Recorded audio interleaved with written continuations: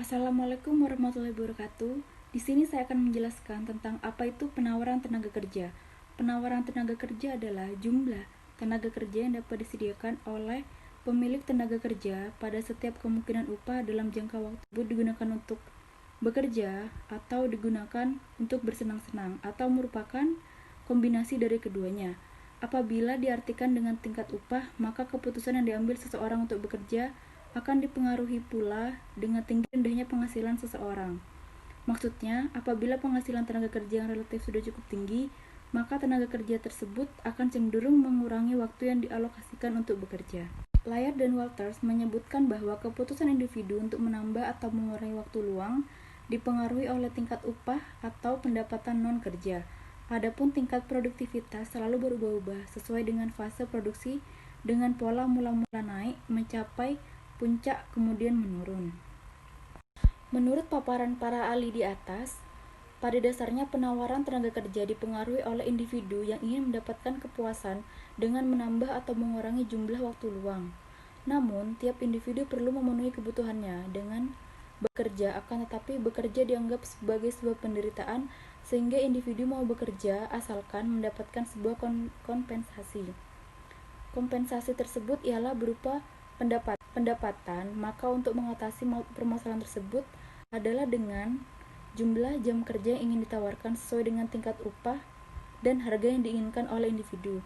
Selain itu, penyediaan tenaga kerja juga dipengaruhi oleh tingkat produktivitas kerja, di mana produktivitas ini dipengaruhi oleh motivasi dari tiap-tiap individu dan latihan yang sudah diterima. Baik, Assalamualaikum warahmatullahi wabarakatuh. Di sini saya akan menjelaskan tentang keputusan untuk bekerja. Dalam teori klasik sumber daya manusia, pekerja merupakan individu yang bebas mengambil keputusan untuk bekerja maupun tidak, di mana setiap individu bertujuan untuk memaksimalkan tingkat kepuasannya dengan kendala yang dihadapinya. Untuk melihat beberapa kepuasan individu bisa kita peroleh dengan dua aspek, yaitu melihat aspek konsumsi dan menikmati waktu luang. Sedangkan seluruh aspek kendala yang dihadapi individu adalah tingkat pendapatan dan waktu. Kemudian di sini kita akan membahas tentang trade-off.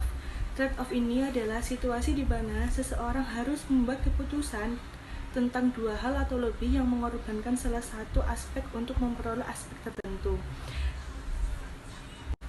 Kemudian akan saya beri contoh tentang trade-off pekerja. Contoh dari trade-off pekerja ini ada di sisi penawaran tenaga kerja antara waktu kerja dengan waktu luang.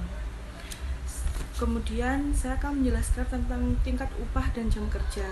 Salah satu faktor mempengaruhi penawaran tenaga kerja adalah tingkat upah. Pertambahan atau pengurangan tingkat upah ini sangat berpengaruh terhadap ketenaga kerjaan. Tingkat upah ini biasanya dihubungkan dengan jam kerja yang harus diambil seseorang dalam bekerja. Nah, hubungan antara kurva penawaran tenaga kerja. Kurva penawaran tenaga kerja yaitu hubungan antara jam kerja dan tingkat upah. Misalkan seseorang akan memasuki pasar kerja jika upah yang ditawarkan melebihi reservasi. Pada tingkat upah di atas upah reservasi, kurva penawaran tenaga kerja memiliki slope positif sampai titik tertentu. Pada awalnya, tingkat upah tertentu atau W1 akan menyebabkan jam kerja seseorang menjadi Q1. Apabila terjadi peningkatan upah dari W1 ke W2, maka akan menambah alokasi waktu untuk bekerja, atau Q1 ke Q2.